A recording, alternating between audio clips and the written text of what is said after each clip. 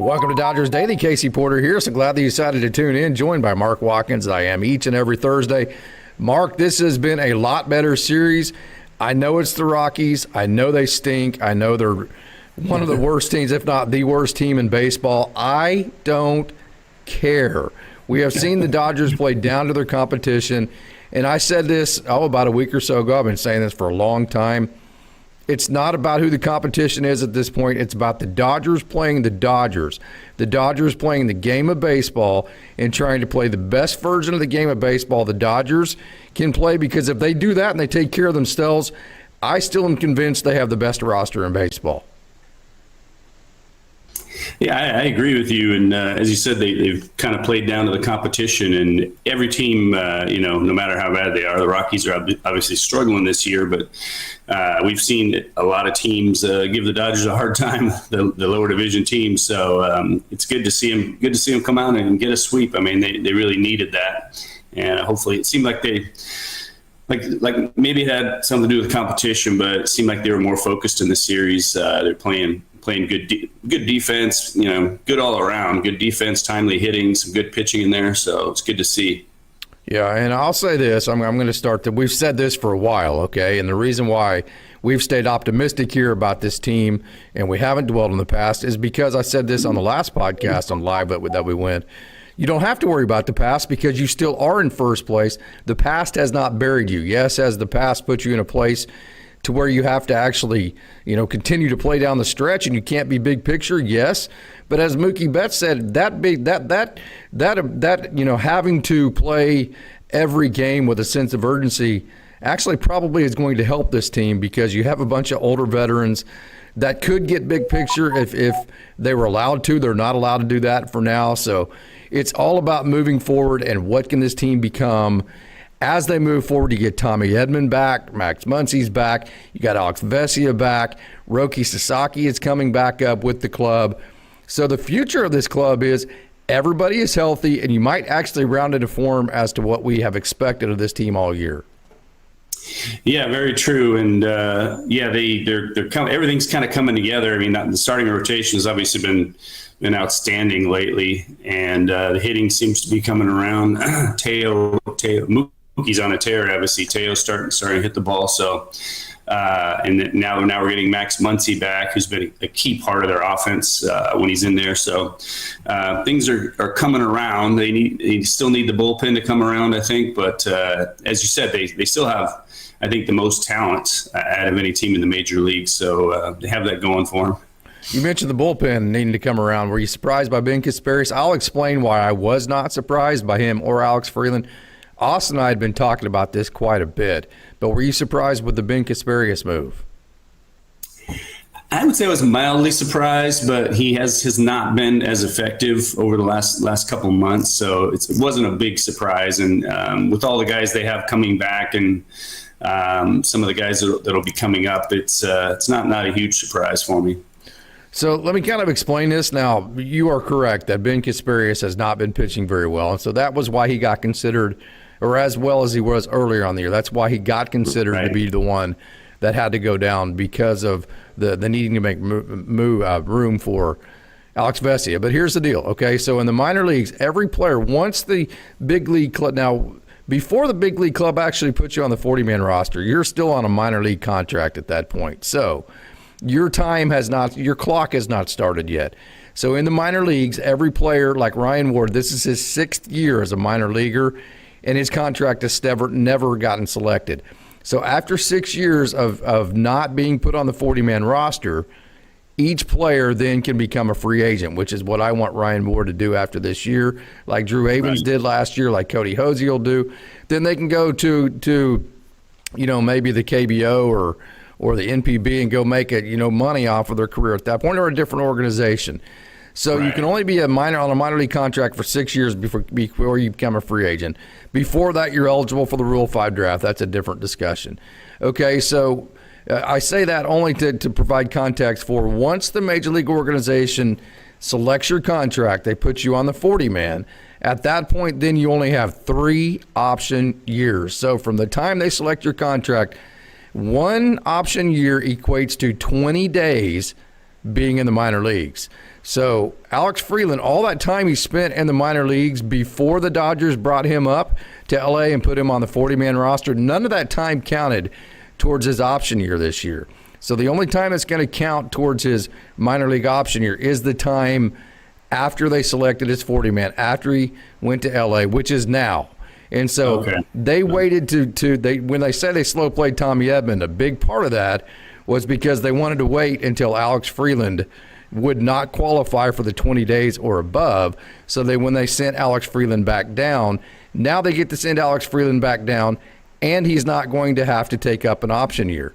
So Alex Freeland and both Ben Kasparius are both going to still have all 3 option years left after this year, even though they got sent down here towards the end of this year. So the organization is getting to get their cake, and they're getting to eat it too. They're getting Tommy Edman back. They're getting Alex Vesia back. Sung Kim on the 40-man roster, 26-man roster. They're able to send Ben Kasparius down for a reset. They're able to send Alex Freeland down for a reset. And neither one of them is going to be charged an option year, so they both have all 3 option years left. It's a great situation for the organization. It's a crappy deal for the players. I'll put it to you that way. Right. Well, yeah, I'm glad you explained that, because I wasn't fully aware of all that. But yeah, that's a strategic move by the Dodgers apparently, and yeah, that does kind of suck for Kasparius and Freeland. But yeah, I guess the teams have to do that. They have to be strategic in that way. So yeah, they absolutely. They absolutely do. So let me bring this up. Let's get into a more difficult conversation. So that's kind of the conversation I wanted to have about Freeland and Kasparius. The reasons why that at least goes into. I know people say, well, Dodgers don't nickel and dime their players. Yeah, they do. They make all their decisions based on time clocks and what's best for the organization, because that's what they're supposed to do. So let me get into a little bit more difficult of a conversation here. Okay, Teo Hernandez. I just do not think Teo Hernandez has been locked in for the most part of this year. I think he just kind of wandered around in the wilderness. He's just kind of moved in and out of being totally there at all times. I'll say that. I don't care. I've been a coach for my whole life. I would tell a kid point blank, hey, man, I will be positive with you as long as you're giving effort, right, as long as you're locked in. I don't personally think Teo Hernandez has been locked in at all times this year. I'll say that to say this. To me, this is the most locked in he's looked all year. Would you agree with any of what I just said? As far as him being locked in, I've been wondering about that myself, and it's hard to tell if it's like injury related, because I know he pulled a groin or something like that, and people said it looked like he's loafing in the outfield.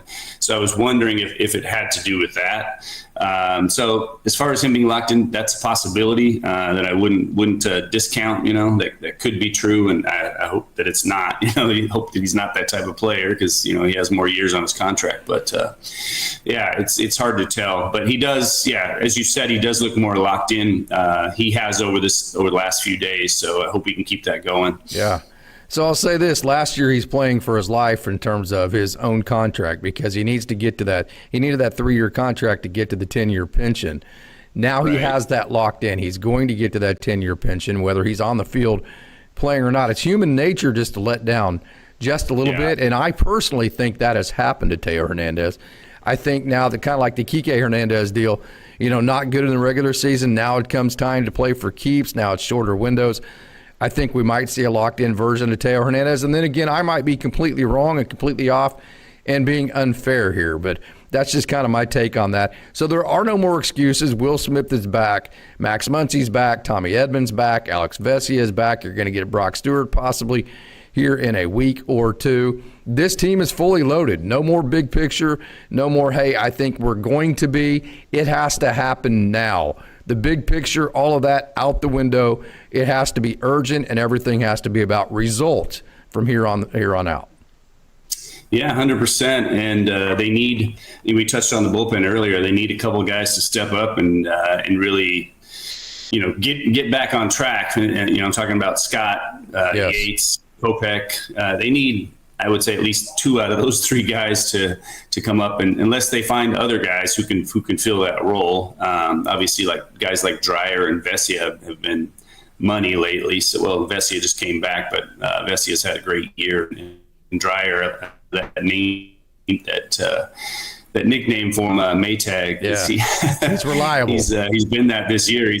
Yeah, exactly. He's been great this year. So, yeah, but hopefully at least two out of those three guys can step up, and Trinan too. Trinan's been inconsistent so far, so they need a couple of those guys to step up and get on a roll, I guess you could say.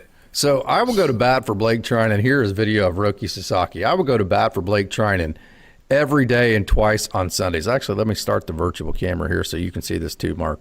I will go to bat for Blake Trinan every day and twice on Sundays. I know it hasn't been super pretty for a lot of the times this year, but I will just argue with anybody that would ever consider not having Blake Trinan in the crunch time for this team. I will not go to bat for Kirby Yates. I don't have a past with him. To be honest with you, what I've seen from him has not been overly impressive. The splitter's great, but a lot of times in the postseason, when hitters just spit on that pitch, hey, let's make you throw it for a strike kind of thing. We saw that Tommy Kahnle a couple of years ago when he was all of a changeup guy, and there's like the playoffs game, it wasn't quite as good as what we, at least the last couple of outings. So I say that to say I am not against whatsoever taking one of these guys in Oklahoma City. Whether I don't think it's going to be Bobby Miller, because he has not been good in his last two outings at all. I think it's between Roki Sasaki and Kyle Hurt and Kirby Yates. So I would not be against Roki Sasaki or Kyle Hurt instead of a Kirby Yates. What say you? I totally agree with you. We don't have that history. Like Trinan obviously stepped up and really showed who he was last year. In the World Series, he was money, and he's a warrior. In my mind, but it'd be kind of a bold move to replace a veteran like Yates with Sasaki or Hurt, but I wouldn't be opposed to it. So, just so you'll know, Roki Sasaki, his last outing, he touched 100 miles an hour, okay? And not only that, he sat 98.5, and the first four innings for Roki Sasaki were, as Alex Friedman said on the broadcast, they were totally electric, okay? That's not my words. That's Alex Friedman's words. And I can tell you, Alex Friedman is one of the most honest observers of the guy. Now, he has to be around these guys every day, so you can't just rip them and just stay in that cesspool with them. You got to move on. But Alex Friedman is a very, very honest evaluator and observer of these guys that he sees every day. And his quote, it was exact quote was, he was electric for four innings. Now, the fifth inning went sideways, but if Roki Sasaki comes up to the big club, he is not going to be a starter. He is not going to be a guy who's asked to go 5 innings unless it's like hey, let's just eat this and eat some innings type of situation to where you're not planning on winning the game anyways. He's going to be probably a bulk inning reliever, which would probably suggest 3 innings. And for 3 innings the other night, he was just absolutely electric, both in results and stuff. So Roki Sasaki, to me, they're going to have a discussion. They brought him up. They're going to talk about role, what they might do with him. I don't know. I thought last night he kind of turned, or the other night, a couple nights ago, he turned the corner. Yeah, it's interesting. It makes me wonder what it is that that makes him add velocity. Because I know during the offseason, that was one that was basically his pitch to a lot of teams. Like, how can I get my, how can you help me get my velocity back? And obviously he's been struggling to do that. And it makes me wonder, it's just mechanics, I would imagine, that allowed him to get his velocity back to where it's in the high 90s or even 100. So, yeah, it's interesting. He has, one of the metrically best splitters in baseball because it has zero movement. And then when he can hit 100, we heard about that 103 fastball. There's a nice pitch from Kyle Hurt. Kyle Hurt's a guy who I think he threw 36 pitches last time, only 20 for strikes, but he did not walk anybody. And most of that was with his secondary pitches. He did a good job with his fastball. So Kyle Hurt's a very interesting situation because very little track record at a major league level, okay? And then also you'd be rushing him back in the results part of your season down the stretch where you had basically no margin for error whatsoever, and you'd be doing it without a track record. I love Kyle Hurt. I think he's very talented. I love the thunderbolt for a right arm. I love the fact that he has swing and miss. But is there enough big picture time to bring a guy like this in that does not have a track record? Well, probably not, I would say, and you have to wonder who he would replace in their bullpen. That's another thing too. As you mentioned, maybe they would let Yates go and bring up one of these guys, Sasaki or Hurt.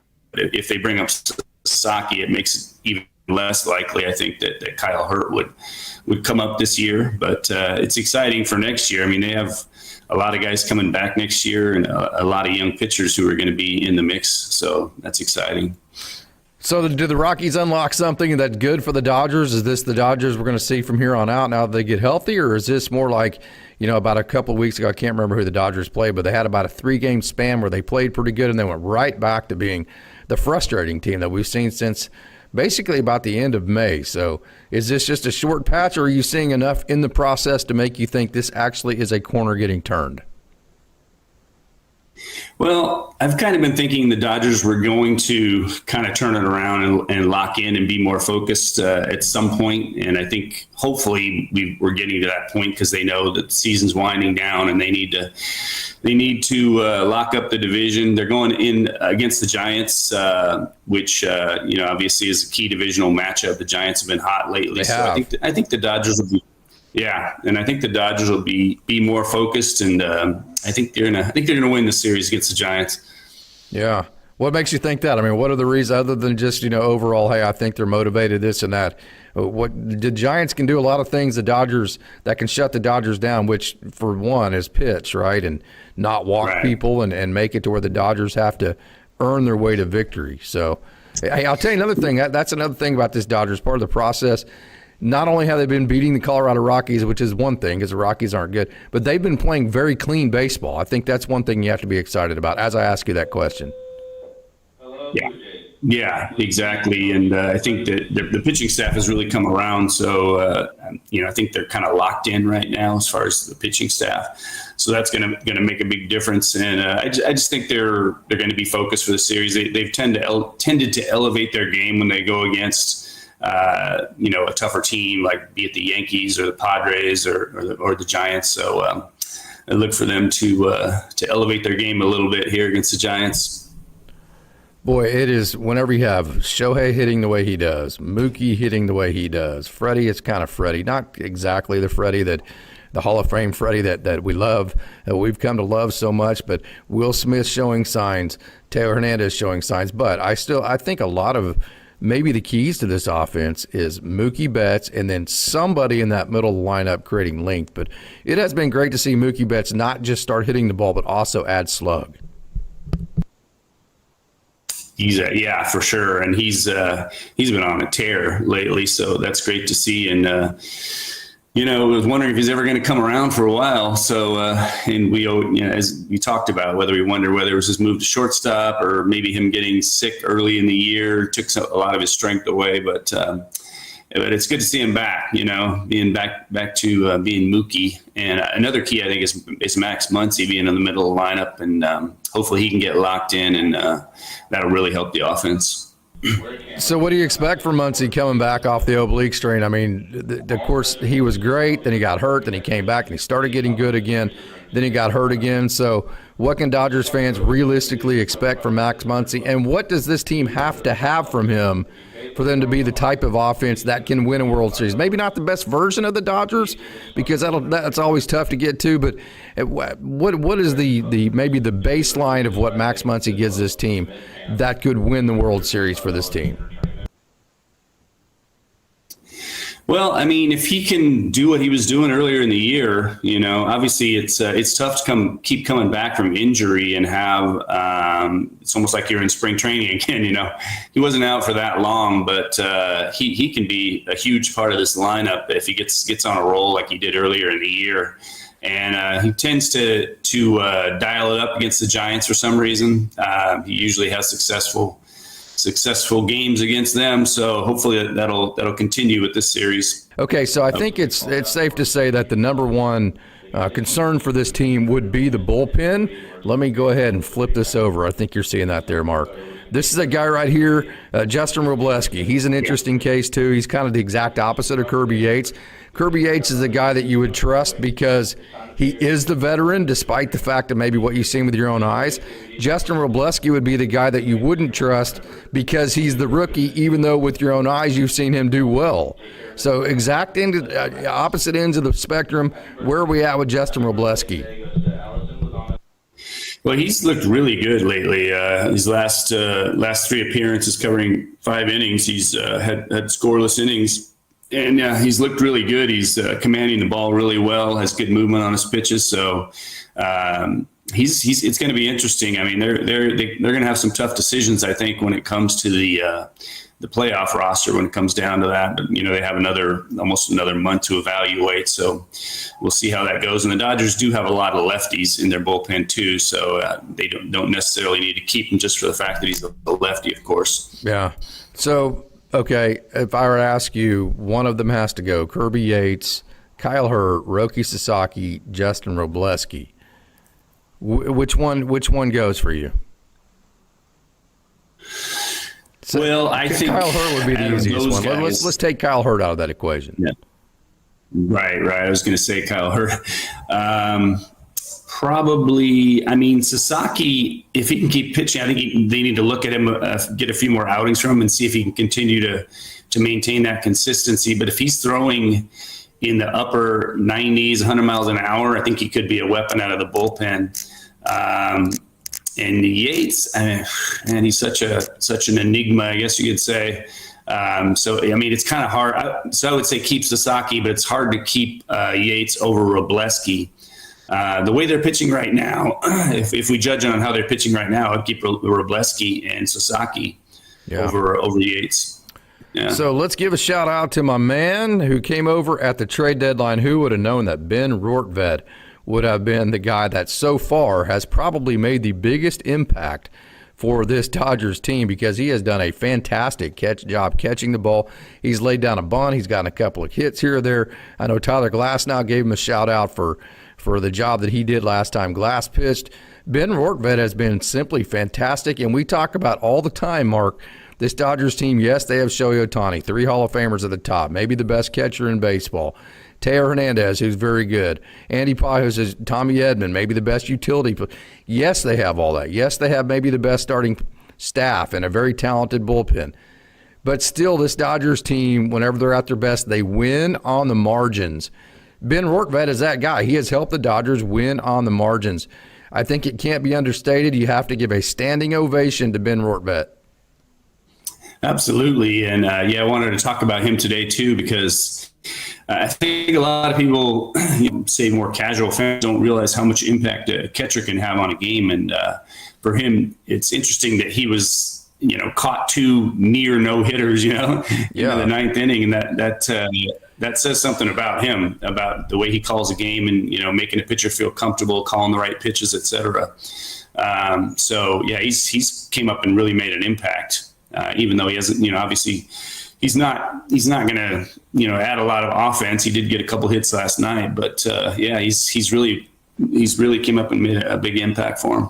Okay, man, this is one of my favorite topics because I've been saying this all year. Okay, going back to the Teo Hernandez thing, and I'm being kind of hard on Teo Hernandez, and that's because I have very high expectations for him. He's a guy that the Dodgers need, that happy-go-lucky, fun personality. I think that was a big part of the culture of last year's team. We haven't seen a lot of that this year. That's been part of why I think he hasn't been locked in. I think this has been more of a job for him than it has been fun. Mm-hmm. And of course, that happens a lot when you're not hitting the ball or playing the way you're wanting to from time to time. And then I'm going to continue that because I'm going to say I think Andy Pajos is a substantially better right fielder than Teo Hernandez, and I am not in any way, shape, or form in favor of playing Teo Hernandez over Andy Pajos in right field just because that's what Teo wants and just because he's the veteran. So if Andy Pajos is better in right field, put Andy Pajos in right field and put Teo in left and just do it. And if Teo Hernandez is pissed off about that, too bad. Then get better, right? That would be my comment to that, because Andy Pajos has the best arm on the team. why would you put your best arm in the team in left field? Put him in right field where you can actually utilize that arm the most. So the seniority thing of Taylor playing right over Andy Paez because he's the veteran, I just can't get on board with that at all. Am I being too harsh here? Am I unfair? I agree with you. I agree with you 100%. I think that Paez he seems like a natural right fielder, honestly, partially because of his arm. But yeah, I would definitely put him in right. I haven't heard that Teo wants to stay in right. Maybe he does, and maybe that's what's keeping Roberts from making that switch. And I did read this morning that Roberts is toying with the idea of making that switch. But it makes perfect sense. I don't know. I have seen Andy Paez since 2019, and I'm telling you, do it. End of discussion. Yeah. It just makes perfect sense, and I think it'll happen sooner or later. Like I said, I don't know why Roberts. Why not sooner then? What's the purpose of not doing it sooner then? If you're pretty sure this is going to be the end of the line, this is how it's going to end up being, then why would you not just do it right now? Right? I mean, sorry, Teo, but Andy's better than you. Yeah, and Teo played at least an average left field last year, whereas he's been a little subpar in right field so far. So, yeah, I think it makes perfect sense. It absolutely does. So, okay, let me go ahead and get to do you have anything else that you wanted to talk about in terms of the LA Dodgers or moving forward, what's going on with this team or any of that? I think we've kind of covered it mostly. It's good to see Vesia look back. Vesia looked fantastic last night. His command is great. I mean, his attitude, just that dog mentality. They need that, don't they? Yeah. I mean, he has kind of a closer mentality. I don't know if he'll end up getting to close many games. He has occasionally, but I love his mentality, and he changes speeds well, changes levels, hits his spots, and he's got great stuff too. So yeah, he's a big part of their bullpen. That's one of the things I love about Justin Robleski. He's that dog. He's that fiery dog. Like, give me the ball, I'm getting ready to shove it up somebody's you know what. And I can't wait to do it. I just love that mentality, especially from high leverage type relievers. So I think the Dodgers have definitely not just missed Alex Vesia on the mound like we talked about the other night. Some of those innings that Tanner Scott got, the Dodgers fans have rightfully so, including myself, lost their minds on, especially on the decisions from Dave Roberts, rightfully so again. But those decisions don't happen if you have Alex Vesia, right? And so that's been a bigger loss than Dodgers fans have given credit for, I think. Oh yeah, absolutely. And it was funny because I was thinking about, you remember Al Roboski, the Mad Hungarian? Yeah, Al Roboski. Way back. Yeah, kind of Vesia has a little bit of that in him. Kind of makes me laugh. It absolutely does. Yeah. Okay, man. So. Let's actually kind of get into some of our minor league conversation here. So the Tulsa Drillers, they entered this week with a 2-game lead over Wichita. They lost last night, but on Tuesday they were losing 1-0. James Tibbs III hits a home run.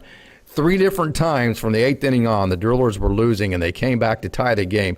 Eventually won the game on this walk-off here from Sean McLean to maintain their 2-game lead in the Texas League South over the Wichita Wind Surge. They are now 1 game ahead of Wichita. So if you want to have some fun this week, you don't have to necessarily watch the games. We'll have you covered here at Dodgers Dawgs as part of the Dodgers Daily Network.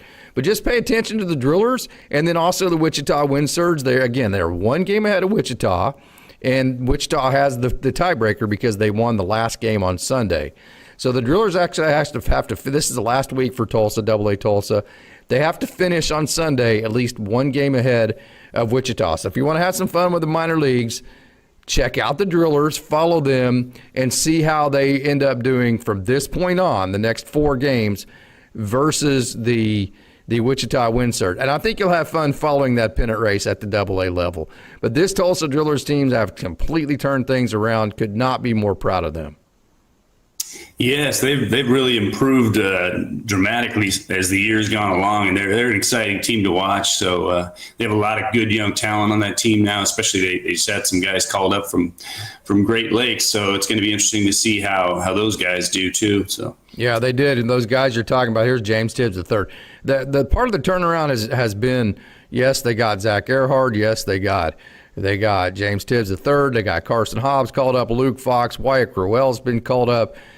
and then they got Tibbs the third and Zach Earhart at the trade deadline. That's obviously been a big deal. But Eric Wedge, their manager, it's been because of him, his professional way that he just had. Even when they're losing, I saw it. The organization, Billy Gasparino was there in the times when this team was struggling, and Billy Gasparino was there not to create an evaluation system on this team. Billy Gasparino was in Tulsa to make sure they had everything they needed in terms of support. So this organization has supported this team through thick and thin. Most of it was thin until recently. And because of that, Eric Wedge has just created a professional environment that these players have grown in, and that's the biggest part of that. But those two guys that you mentioned, I'm going to get some video up on the board here that just got called up to AA Tulsa. I know it's at a very exciting time for them because the loon season is over, is Josue De Paula and Zaire Hope. So dive into those two getting called up to AA Tulsa for this stretch run here. Yeah, they're two of the Dodgers' top prospects and two of the top prospects in baseball, and they're moving quickly through the system. And they're both, outstanding hitters. Are both, have good athleticism. So it's exciting to see. I can't wait to see what they do there. Also, Cam Day and Adam Serwinowski were called up too, right? Yes, absolutely they were. So good catch on that. Yeah, Zaire Hope and Josue De Paula are like a combined 0 for 11 so far, but that won't last. So super excited about those two, and then also excited about the fact that the Quakes are in a playoff run. They lost their first game at Inland Empire, but it's an interesting situation because it's a 3-game series. The Quakes have the home field advantage. And the last 2 games are at Lone Mart there in Rancho, of which you have a media pass and a credential to both of them. You will be there tonight, so super exciting times for Mark Watkins, Dodgers Dawgs, as part of the Dodgers Daily Network, getting to cover those games and for just the Quakes overall. So talk about getting to go tonight and the playoff series for the Quakes.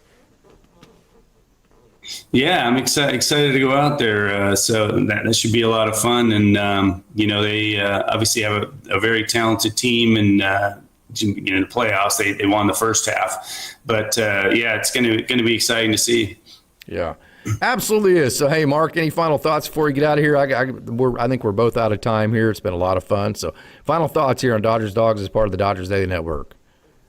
No, just as I said, looking forward to being out there in Rancho, and obviously our next podcast, I have a lot to talk about on that, and hopefully they can take this series. Appreciate it, Mark. All right, thank you, Casey, and thanks for everybody who's listening and watching. All you wonderful Dodgers Dogs, you are the absolute best, and as always, it's a great day to be a Dodger.